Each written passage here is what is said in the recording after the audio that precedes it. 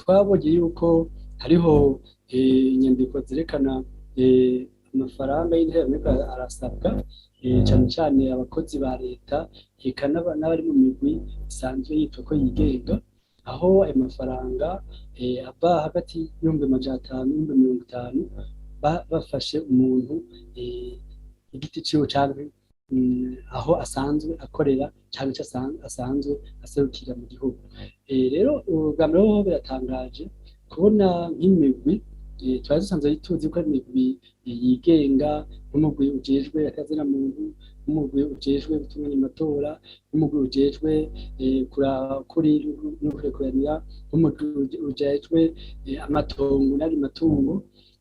Yari imigwi mu bisanzwe imigwi yitwa yuko isanzwe yigenga uravye akazi basanzwe bakora canke abantu basanzwe bajejwe, bikaba bashaka n'amazina yayo. Rero uyu munsi byatangaje kubona rero abarongoye iyo migwi bari mu ba mbere bakwa ayo mafaranga, kandi ayo mafaranga bayaka rero ntibayabaka ku bushake, ni ku nguvu, kubera nyuma yo kurwandika basaba yuko abajejwe umugambi mu makomine bazokwegeranya impapuro zerekana yuko batanze ayo mafaranga.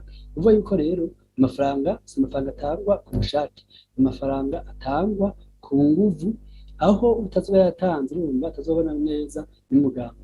Icya kabiri naco kandi nuko ayo mafaranga uyu munsi ariko arakwa ku bantu bari mu mugambi eka n'abatari mu mugambi, naho tuzi yuko kenshi abari muri iyo migwi usanga ari abantu begereye umugambi canke bari muri uwo mugambi, ariko umunsi berekanye ko rero iyo migwi idakorera abandi bose, idakorera igihugu bose, ariko ikorera umugambi, kubera uyu munsi bamaze kwerekana yuko uyu munsi baza gutanga amafaranga y'amasengesho, amasengesho yatunganijwe n'umugambi, uvuga yuko bari mu mugambi ntanya n'umugambi, eka kandi urumva bari kumwe n'umugambi. Ejo rero ko bazabikora kora ejo uzosanga ibikorwa cane cane biza bishigikira cane gusumba umugambi wo gukorera igihugu, gukorera abanyagihugu.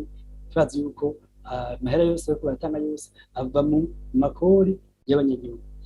Ikindi naco nuko kandi amasengesho azotwara umwanya muniniya, azomara iminsi 4, azotangura ku munsi watangura uyu munsi, hanyuma azobanya ku munsi w'Imana. Uvuga iminsi 4 ibikorwa byahagaze, haba mu bakora akazi ka leta eka n'abikorera utwabo, kubera twise yuko umuntu yagitega hariho imyidogo aho abantu umunsi ibikorwa byabo byahagaze. Ikindi naco nuko abo bose mu n'abazoba bamaze gutanga batseyo izo ntererano bazoba mu ivyo bikorwa. None uyu munsi akazi kazomara iminsi n'agakorwa kujanye n'ubutunzi.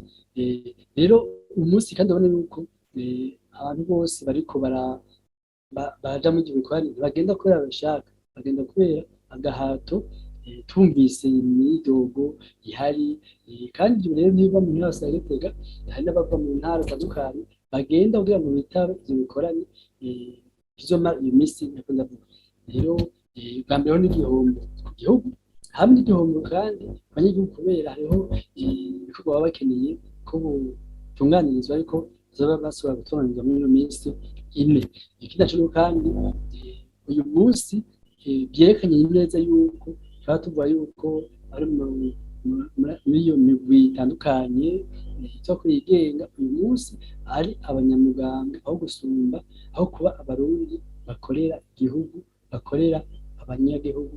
Kandi tuzi yuko uko bivuze amahera bakoresha yose n'amahera y'umunyagihugu ariwe atanga amakori kugira ngo bashobore kubaho, ariko uyu munsi bagiye gufasha umugambi gusumba.